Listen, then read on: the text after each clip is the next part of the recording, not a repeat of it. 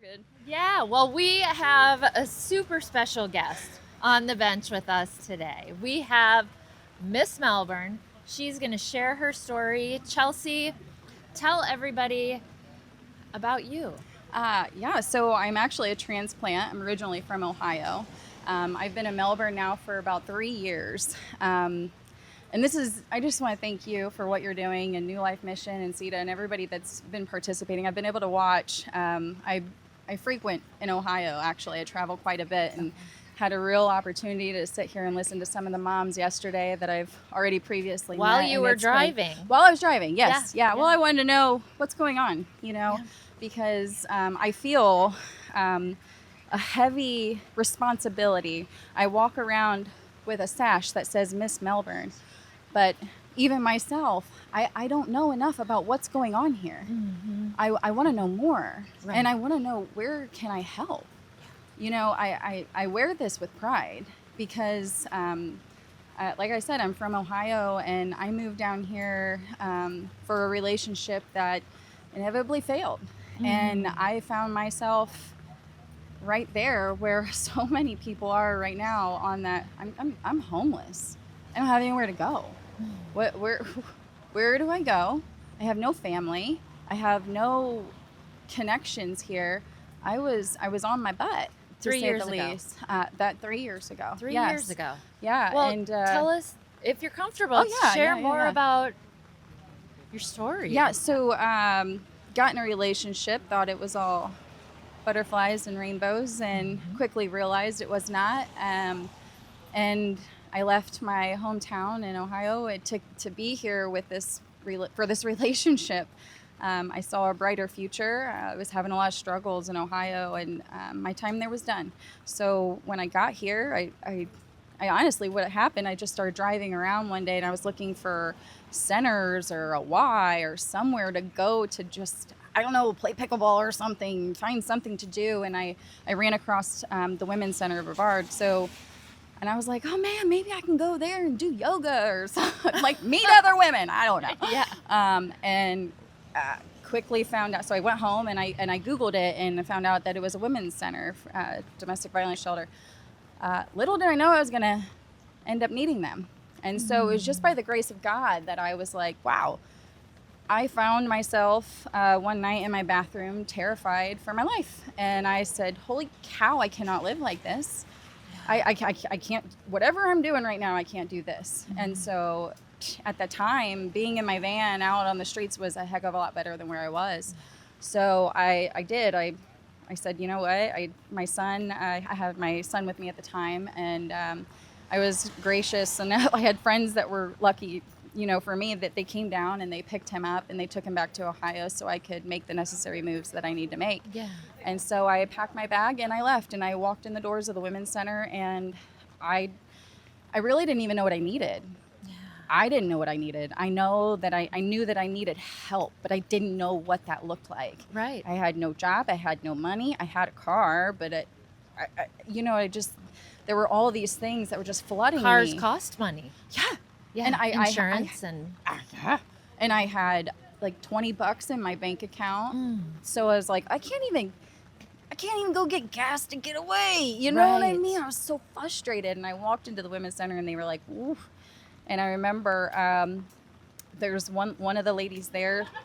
I filled out the intake form, and every word you write and you're like, oh my God, this is very real. Like, is this really happening? Should I do this? Like, am I making a big mistake, or am I saving my own life? I don't know, but I'm gonna trust. I just gotta trust. God led me here. Yeah. Of all the buildings in Titusville, I ended up at the Women's Center thinking that I was gonna find yoga, which was similarly, Yeah. I found peace there. And so they said, they said, we got you.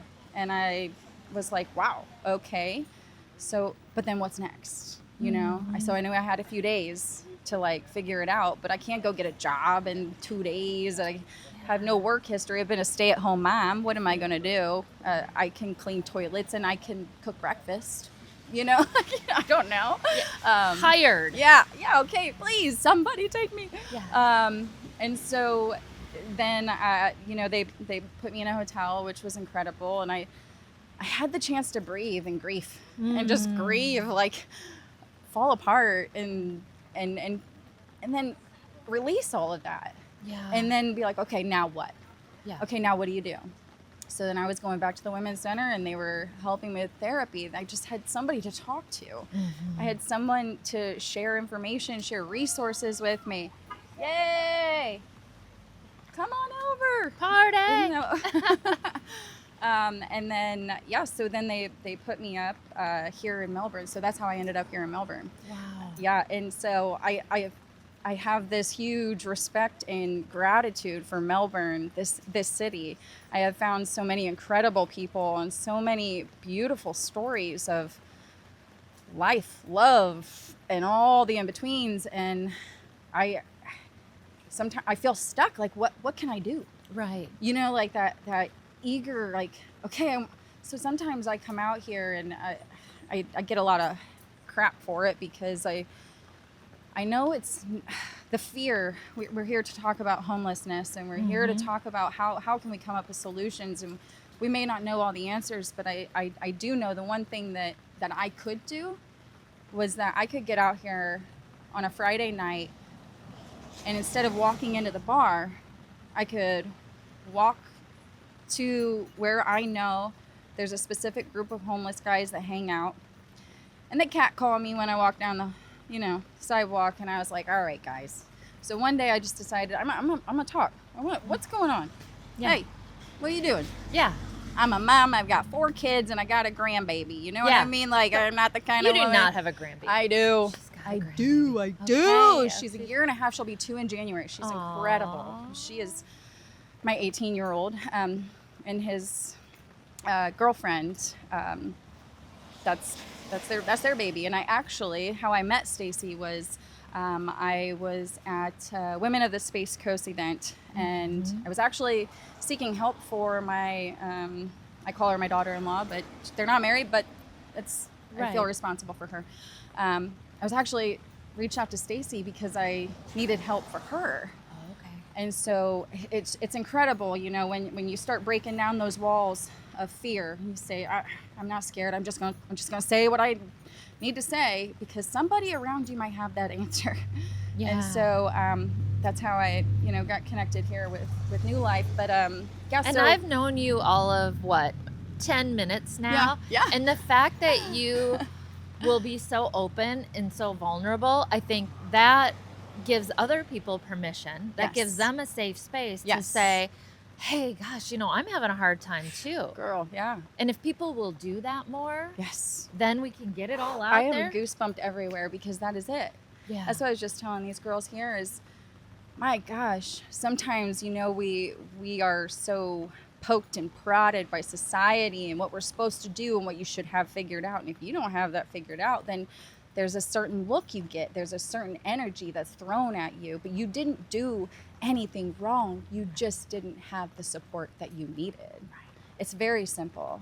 It's very simple to just stop by and say, hey, to these homeless guys, hey, listen, let's just be friends. Yeah. All right, you don't need catcall me as I'm walking down, but tell me your story. What's going on? How did you get here? Can you share with me? But I want to listen to understand you. I don't want to listen just to say that I asked the questions and I did what was societally accepted Yeah. or appreciated. Yeah. I want to know, because there might be somewhere out there. This guy had, he was from up north. He ended up here, oddly enough, in a situation similar to mine. He got in a relationship, decided to come down. It all went to heck, and here he is. He's got skills. He's hireable. Who's out there talking to him? Where are our service industries that are saying, hey, you know what? I may not be able to solve homelessness, and I may not be able to have all the answers or all the resources, but I can start you out at a part-time job. You can't tell me that you don't have people calling off all the time. Right. You can't tell me that there's not just one position around your facility that on paper then he can say that he's employed. Yeah. And he can start taking those next steps. We have to be doing what you're doing right here, right now. We need to be having those conversations. And I personally have man, it's been struggle upon struggle. And so I understand. Yeah. You do understand. When I was 19, I was a senior in high school, and I got pregnant. My dad was an evangelist, and my mom was a stay-at-home mom most of my life. And I learned through my dad that it didn't matter what people told you were supposed to do. It mattered what you did do. Right. And what was right, what was in your heart. Because God's calling you to do something. And it's probably going to look different than what somebody out here is telling you to go do. Mm-hmm. It's probably going to be a little weird, and people are going to be worried about what you're doing because it's not the norm. Yeah. So what you're doing is you're fighting that battle, but you're doing it because you feel called. Right. And so it's just these conversations, man, and it's breaking down that fear, you know, saying, what do I have to lose? Yeah. Or maybe also that it's somebody else's problem to deal with. Yes. You know, this doesn't affect me. I mean, or I don't have any gifts. There's nothing I can do to help. Right. How do you respond to people who are like, you know what, I'm just one person. I just go to work, I come home, I stay out of the way. That's my contribution to society. Yeah. Well, for me, I've had several people like that in my life that have walked away because I'm doing what's not normal. And to me, but your path is different than mine. And I have nothing to lose. I know who I belong to. I know whether, and this is the frustrating thing that I hear so much of this. I like to be a silent person because I like to listen. I like to read the room. I like to know what's going on. I want to see people's energy. I want people to show me their true colors. Yeah. And then I want to take it back to God. What can I say? What kind of love can I share but guide me there? And sometimes it's just as simple as, have you ever just sat down and prayed with somebody because you didn't know? You don't know.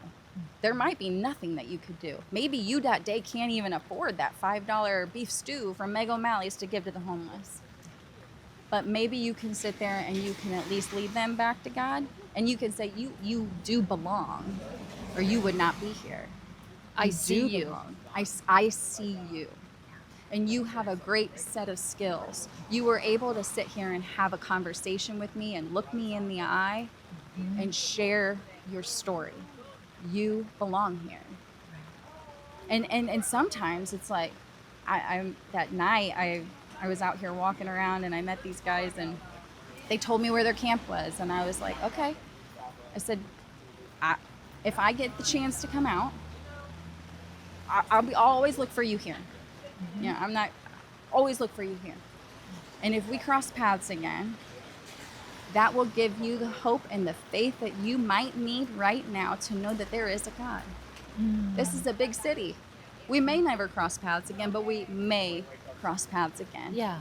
And let's have a conversation again. Now you know my name. Now you know who I am. You know what I stand for. You ever see me, come find me. Come say hi. Approach me. Let's talk. Yeah. If it's only conversation I can give you, let's do that. And that's priceless. It is. For someone who's by themselves trying to figure out everything with nothing.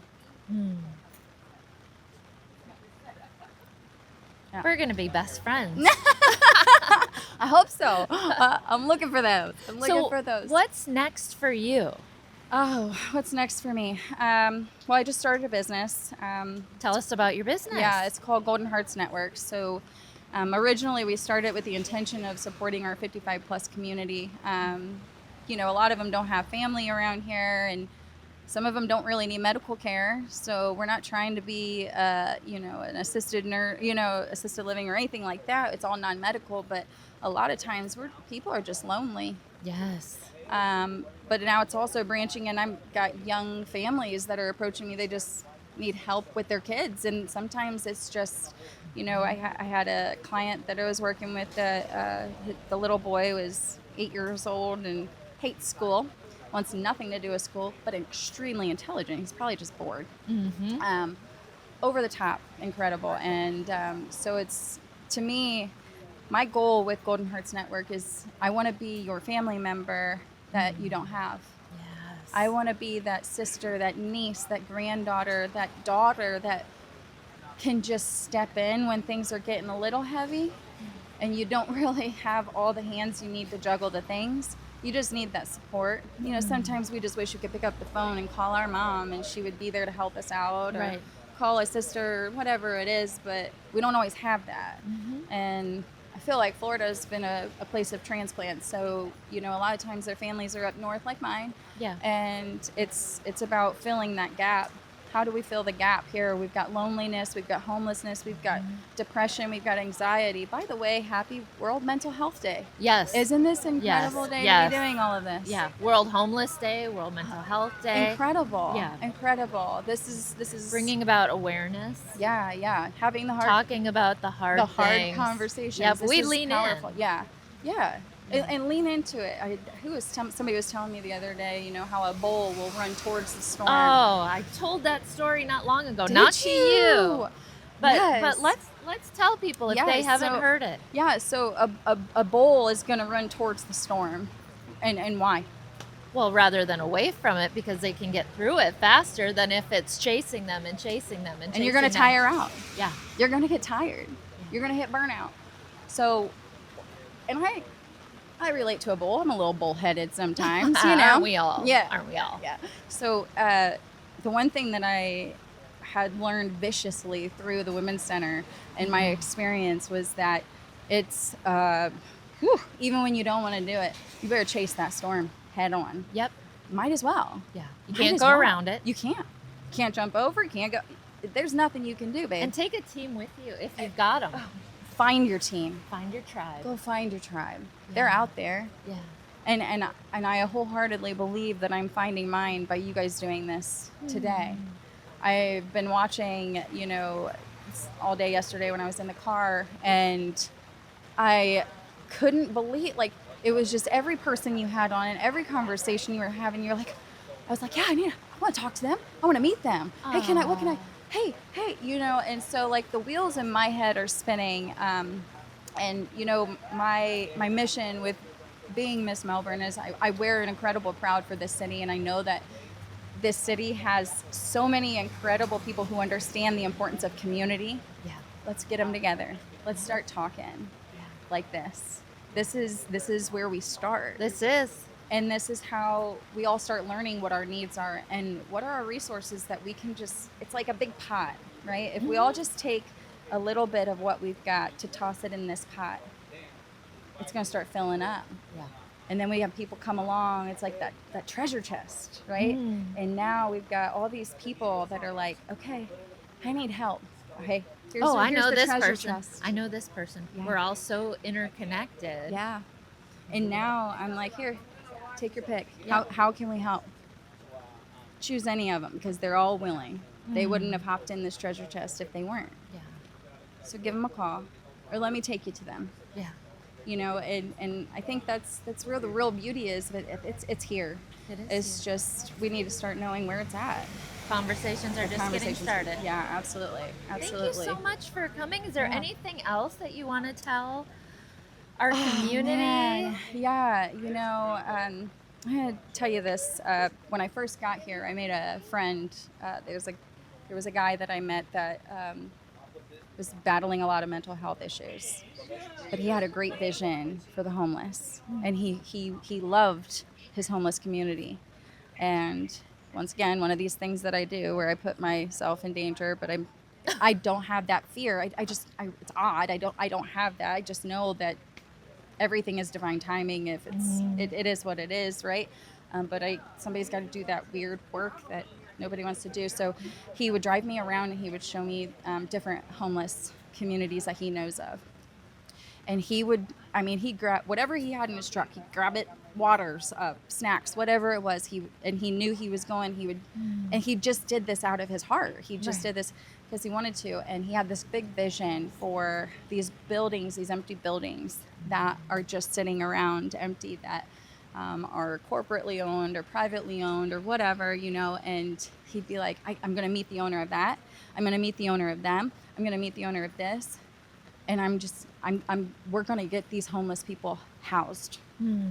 He's like, listen, I ain't trying to do anything fancy. He's like, but I'm trying to put a safe space over their head so they can sleep at night without, because how do you, Well, safety. how much sleep did you get last night? 2 hours. All right. 2 hours. How you feeling right now? Well, ask me in about 12 hours because I'm okay. I'm Right running now on fumes you're on right adrenaline now, and you're doing and the I'm like, things. oh, we're coming in, we're coming Right. in. But like that exhaustion, like when Oh, the body yeah. is exhausted, your brain isn't even doing anything for you, but burning you out a little bit further. Yep. Right. So imagine if it's just a bed. Hey, safe house, building, bed, safe. Yeah. So you can sleep. And then let's get up. And now, what are your goals? Right. Let's talk about Let's start resources. that. We have all these great programs that offer all this, but like, can we let these people get a good night of rest? Mm-hmm. Can we let their brains start working for them instead of against them? Right. Can we throw some people in there that understand this mental thing it is spiritual, it is physical, it is a combination of all this stuff. But we have no help. Yeah. We have nobody willing to reach out our hand because it might be a little dirty. It might be. But does that make me less than you? It doesn't. So we can just start stripping back that, we're all children of God here, and we're all here for a reason. Right. And Equal. I don't care. Like on this bench, right here. everyone's equal. Yeah. And so grab my hand. Let me grab your hand. I don't care if it hasn't showered in 2 weeks. I don't care. Let me grab your hand and just walk with me for a minute. If that's all I can do. And it's about knowing, you don't have to have it all figured out. You don't have to have all the answers, but you can do that one simple thing. Yeah. And it can change the entire trajectory of that person's day. Well, they talk about just offering a smile to someone, what that can do. Yes. And if you walk through your day thinking that every single person you're encountering is, think about us personally, what we know we carry. Yeah. Everyone else is carrying something too. Yeah. Yes. And a lot. A lot. And it's heavy. Yeah. And if we can just start picking, I can't take a lot. I love you. You are loved. God loves you. You have a purpose. But can I take a little piece for you today? Yeah. Can I take a little bit off of that back for you? Maybe give you a little bit of hope. Yeah. Yeah. Thank you for this time. Yeah. No, thank you. I truly feel honored to be here and to be a part of this. It's like the dream coming true, because I always talk about, I'm not always great at having these hard conversations because it hurts. Yeah. And then you get vulnerable. And then I start crying. I cry And about then we everything. cry. And we cry. We cry. But that's not, And that's one of my favorite things when people start crying, Yeah. because you're cracked open now. Yeah. And I think the best parts are where we get cracked open. Yep. Absolutely. But that doesn't mean that the cracking doesn't hurt. Let's not lie about it, right? The cracking does hurt a little bit. But what's in there, what starts to just blossom out of it is just so much more powerful. You have so much more to share. Yeah. And we don't even realize our own potential sometimes. We get in our heads and we think that we're not enough, but we are. Well, we hear all the voices of what people have told us. Yeah. Yes. So. And we hold on to it. Yeah. So be kind to each other. Yes. Send messages of love. Lift each other up. Check in on each other. Even when, and that's the other thing, when you have that thought, I wonder how so-and-so's doing. I don't know, but you better reach out. Yep. You better reach out. Grab it. Do something. Action. Do some kind of action. Yeah. There's something. There's always something. Thank you for being with us. Thank you. All you. right. I appreciate you so much.